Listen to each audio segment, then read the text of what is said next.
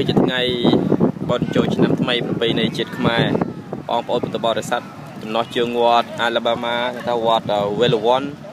នៅអាឡាបាម៉ាបានមកចាំរាប់បាតនិមន្តព្រះសង្ឃរាប់បាតហើយដើរបានស្គាល់ជូនអ្នកបរោះនិងជីដូនជីតា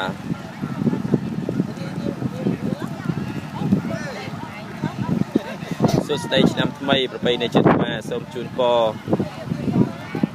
យាយតាអ៊ំពូមីមីងពុកម៉ែបងប្អូនទាំងអស់ញោមប្រុសញោមស្រីព្រមទាំងក្រុមគ្រួសារទាំងអស់ឲ្យទទួលបាននៅសេចក្តីសុខសេចក្តីចម្រើន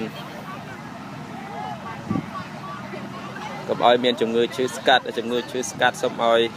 បោវាជាឆ្ងាយរសាត់រសាយដែតតាមខ្យល់វេហាអាកាសឲ្យផតឲ្យជារហូតឲ្យសុខសប្បាយក្នុងក្រុមគ្រួសារ